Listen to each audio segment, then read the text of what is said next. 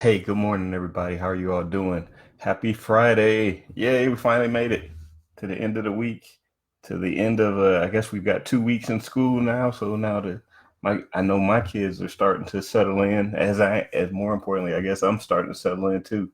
So I wanted to jump right into this one because this is actually something that's pretty recent. This week we had to let go of a team member, and that was kind of I guess it was kind of tough, but I got to tell you, as being a business over the last few years now, it's getting easier. That's not necessarily a good thing. I'm not proud of that, but I will say this. I am becoming a heck of a lot better at recognizing when people just don't fit the organization or their, they may have the actual skills um, to do a task, but they just really, they just it's just not for them, at least not in our organization. And I've become, like I said, I've become really good at recognizing that pretty quickly. We have a pretty when we bring people on, we have a pretty. I don't think it's excessive, but we don't just hire the first person that walks through the door or says that they want to work with us. We interview them. Actually, we interview them several times, and when I say it's we, it's not only me, it's myself. We have our office manager, and in some cases, even my wife jumps in uh, because I want to make sure that I get a good view of everybody because I believe that everybody can. This is part of the thing about being entrepreneurial, right? The thing about being entrepreneurial is that you're infinitely positive about everybody, which means because you're infinitely positive about yourself. One of the things that I suffer from is I suffer from the I can do everything at all times gene or whatever. I suffer from that condition, and and while it has created some great results for me at times, it's also been a real pain in the butt and put me in some bad situations. So as I become older and mature, I try to learn from that, and I try to keep myself out of those types of situations. But one of the side effects, though, is that I oftentimes project um, my willingness and my ability to jump in and learn something new, master it, and move forward with it on other people. And the reality is, not everybody does that, and nor should they, nor should they. So, bringing this full circle, what does that mean about where we were going today? Like I said earlier this week, a couple of days ago, I had to let somebody go. Um, but what was really interesting about it is, as I was letting him go, I got the impression that it was kind of a relief on his part. And you know what? It probably was because the way in our company, we run it in a way where I believe in professionalism, and I believe that you need to. I'm here to help, but you got to help yourself, right? If you uh, if you have some challenges, we're here to help you solve them and help work through them, but you got to speak up. If you don't speak up, there is no problem. And that's kind of the way that's kind of the way we run things. And there are a few other things, but one of the basis of my philosophy though is that it's based on trust. I trust you to do whatever it is. I trust my team members to do whatever it is that they're supposed to be doing, just like they trust me to make sure that I do what I'm supposed to do.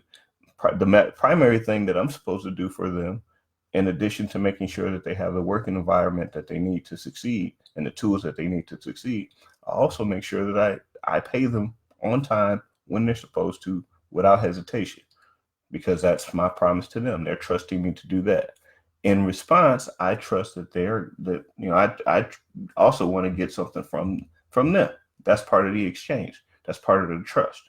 Um, but one of the things that is true in not just my business, but in every business, when that trust is broken or it feels like that trust is broken, it's hard to get it back, right? It just is. But in the past, I used to think that it was because, uh, it was they were trying to get me or they were trying to scam me or whatever.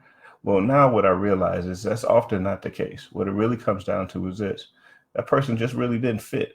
They didn't fit my organization, and that's okay. You know, I don't fit a lot of organizations. That's actually why I had to create my own, right? Because I don't fit in a lot of different places because of my mentality, the way that I like to do things, and the way that I want to do things, and I recognize that now. And like I said, as I get older, I recognize that fit and that thing called fit is really, really, really important. The gentleman that we just let go, from a skill standpoint on a resume, he had the ability to do everything that we wanted him to do and 10 times more. The problem was he, our culture, our speed of implementation, what our personal expectations were in terms of communication, in terms of work product production, etc. Those just didn't meet up with him. I mean, that's not bad. That's not a bad thing about him. It just means that he just didn't fit our culture, and that's fine. So we let him go, and that was okay. And the reason I keep making this distinction is because of this. Here's the lesson that I learned. The lesson is really this: there are times in life when you have a skill set, or you have the ability to do something, but you probably shouldn't do it. At least not in that scenario, because maybe you just don't fit. It happened to me. It happened to me. I remember I used to be a pharmaceutical rep years and years and years ago, and I thought I was pretty good. And one day, my manager at the time called me in. He said, "Jimmy, I want to take you to lunch." I'm thinking, okay, that's fine. And we had this conversation, and the conversation went like this. As soon as I got to lunch, we sat down, we went through the pleasantries, and he said, "Jimmy, you're good at what you do, but you don't seem to like it. And I want you to take the day, and I want you to go and think about what it is that you want to do. Because while you have the abilities to be very good here, I don't know that you really want to be here."